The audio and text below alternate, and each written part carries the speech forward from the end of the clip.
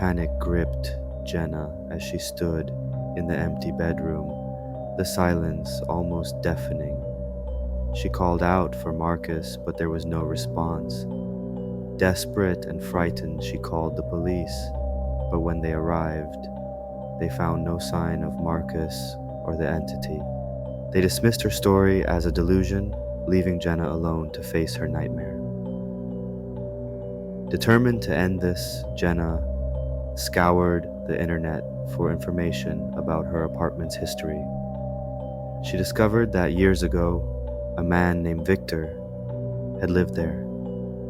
He was known for his reclusive and sinister behavior.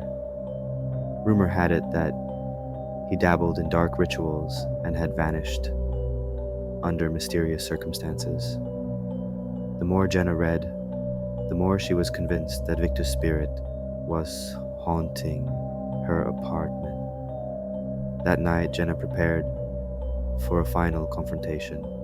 She gathered every protective charm and ritualistic item she could find, armed with sage, salt, and a pendant she hoped had some power. She drew a circle of protection around her bed.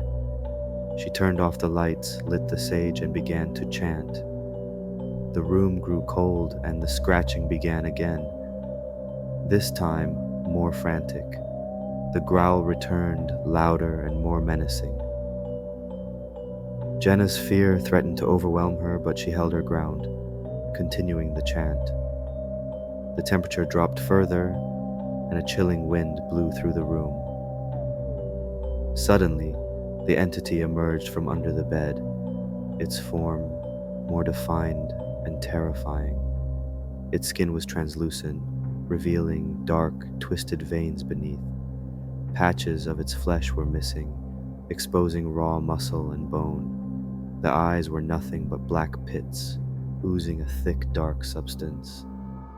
The entity's jaw hung open, unnaturally wide, revealing a gaping maw filled with sharp, broken teeth. Jenna's heart pounded, but she continued the chant, the words blending with her desperate pleas. The entity crawled closer, its movements jerky and unnatural. The circle of salt held it back, but just barely. It clawed at the barrier, leaving deep gouges in the floor.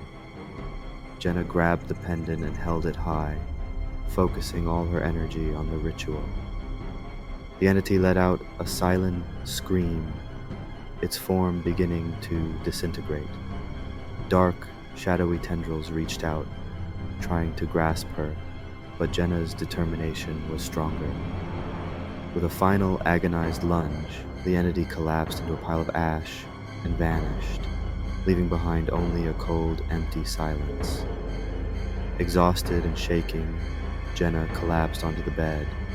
The oppressive presence was gone, and the room felt lighter. She knew she had won, but the experience had changed her forever. As Jenna lay there catching her breath, she noticed a small, folded piece of paper on her nightstand.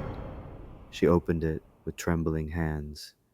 It read, "You may have banished me, but darkness always finds a way back. Until we meet again,